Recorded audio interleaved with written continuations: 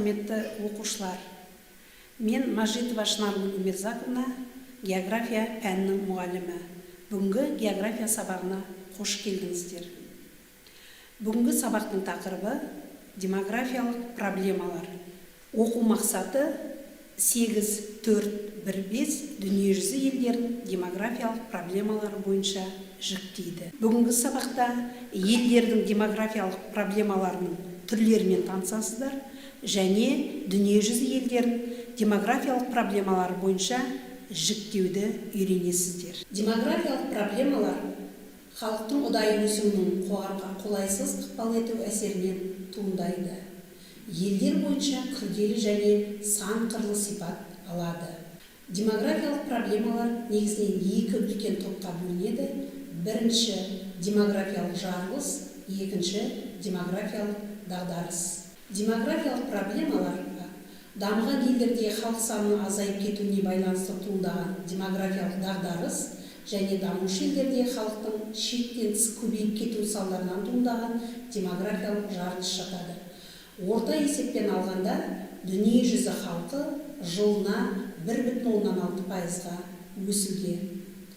Демографиялық жарылыс бір жағынан жер халқының жасаруына келсе, ал бұл еңбек ресурстарының көбеюіне ықпал етеді.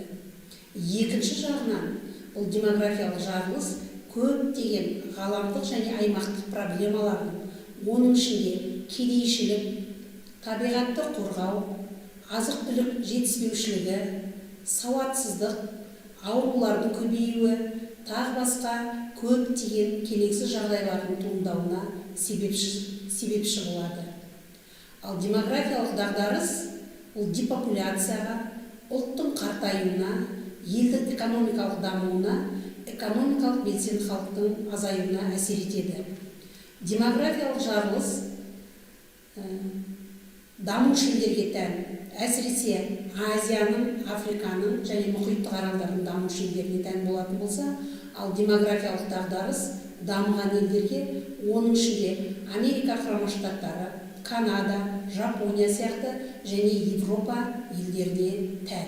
Демографиялық жарылыс проблемасы қазір кезде бүкіл әлем қауымдастығының проблемасы болып тұр. Біріккен ұлттар ұйымының мәліметі бойынша халықтың аштықта өмір сүретін бөлігі 1 миллиард адамға жетуі мүмкін. Бұл планетаның әрбір 6-шы тұрғыны. Қалалардың өсуі, ауыл шаруашылық жерлерінің аумағын арттыру мүмкін болмағандықтан, халық қалаға қарай ағылады. Бұдан келіп қала маңында миллиондаған лас қыстақтар зонасы, жалған урбандалу тез қарқынмен ұлғайып, олар қоршаған ортаны ластағанымен қоймай, ұлттық саябақтар мен қорғалған аймақтарға да шабуыл жасай бастайды. Біріккен ұлттар ұйымының жаңа статистикасына сәйкес, әлемде 771 миллион ересектер мен 100 миллионнан астам балалар өмірінде мектепке барып көрмеген сауатсыздар екен. Ал аш, сауатсыз және еріктегіш жандарды дін арқылы басқару оңай. Күнкөріс үшін дамушы елдерде балалар еңбек етуге мәжбүр. Жер шарында 5-14 жасқа дейінгі 165 миллион бала еңбегі пайдаланылып келеді екен. Міне бұл демографиялық жарылыстың үлкен проблемасы болып табылады. Осы нашар дамыған елдердегі демографиялық проблемалардың көптеген салдары бар.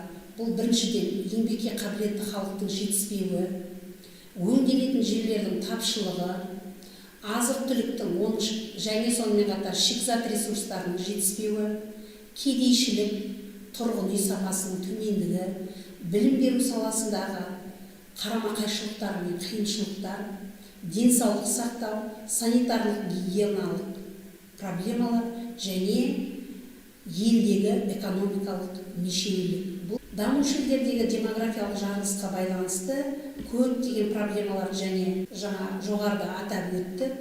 Бұл міне өмір сүру деңгейінің төмендігі, кедейшілікке, сауатсыздыққа, аштыққа, жұмыссыздыққа, өлімнің жоғары деңгейіне, ерте некеге тұру, халық арасында көптеген жұқпалы аурулар мен індеттердің таралуы, әскери қақтығыстар, терроризм міне демографиялық жарылыстың негізгі үлкен проблемалары.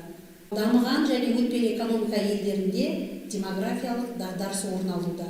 Оның да салдары бар. Оның салдарына туу деңгейінің төмендеуі, табиғи өсімнің тоқталуы, халық санының қысқаруы, тұрғын халықтың қартаюы, еңбекке қабілетті халық санының азаюы, зейнеткерлік жасты көтеру және зейнет қорларын ұлғайту қажеттілігі, шетелдік жалдамалы жұмысшылардың артуы, медициналық қызмет сапасын жетілдіру міне оның салдары болып табылады. Халық санының азаюынан туындайтын демографиялық дағдарыс бұл негізінен депопуляцияның геосаяси қатеріне, яғни халық тығыздығының төмендігі кез келген елді көрші елдердің басып алуына қызығушылығын тудыруы мүмкін. Ал экономикалық қатеріне келетін болсақ, демографиялық дағдарыс жүріп жатқан мемлекеттерде ұлттың қартаюы тән және сонымен қатар халық санының аздығы елдің экономикалық әл-ауқатына қатер төндіреді. Және халық санының төмендеуі экономикалық инфрақұрылымның одан әрі өсу әлеуетінің болмауына алып келеді. Өндіріс өнімдері тұтынудың азаюына байланысты қиындыққа тап болады. Енді оқушылар жаңағы тыңдалған көрсетілген мәліметтер бойынша бірінші тапсырманы орындаймыз. Ол үшін сіздер оқулықтың соңындағы номер 1 қосымшаны пайдалана отырып демографиялық жарылыс тән елдерді анықтайсыздар. Көрсеткіштер берілген. Бірінші көрсеткіш халық саны шамадан тыс көп елдер, яғни 2,5 промилледен жоғары елдерді анықтап жазасыздар ұяшыққа. Екінші, халық тығыздығының артуы 1 километр квадрат жерде 100 адамнан жоғары елдерді анықтап ұяшықтың ішіне жазасыздар. Үшінші, балалар үлесінің жоғары болуы, яғни 30%-дан жоғары елдерді анықтап жазасыздар. Төртінші, еңбекке қабілетті адамдардың жетіспеуі, тән елдерді жазасыздар. Бесінші, еңбекке қабілетті адамдардың көбеюі, яғни 50%-дан жоғары көрсеткішке тән елдерді анықтап жазасыздар. Алтыншы, адамның өмір сүру жасы қысқа болатын елдерді, яғни 58 жасқа дейін орташа өмір сүру жасы бар елдерді теріп жазасыздар.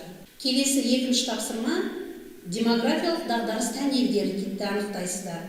Яғни бірінші көрсеткіш бойынша туу деңгейі мен табиғи өсімнің төмендеуі тән елдер 2,5 промилледен төмен елдерді анықтап жазасыздар. Халық санының қысқаруы байқалатын елдер, яғни табиғи өсімнің қысқаруы теріс мәнге ие болып тұрған елдерді жазасыздар. Үшінші, балалар үлесінің аз болуы 15%-ға дейін балалардың саны бар елдерді жазасыздар.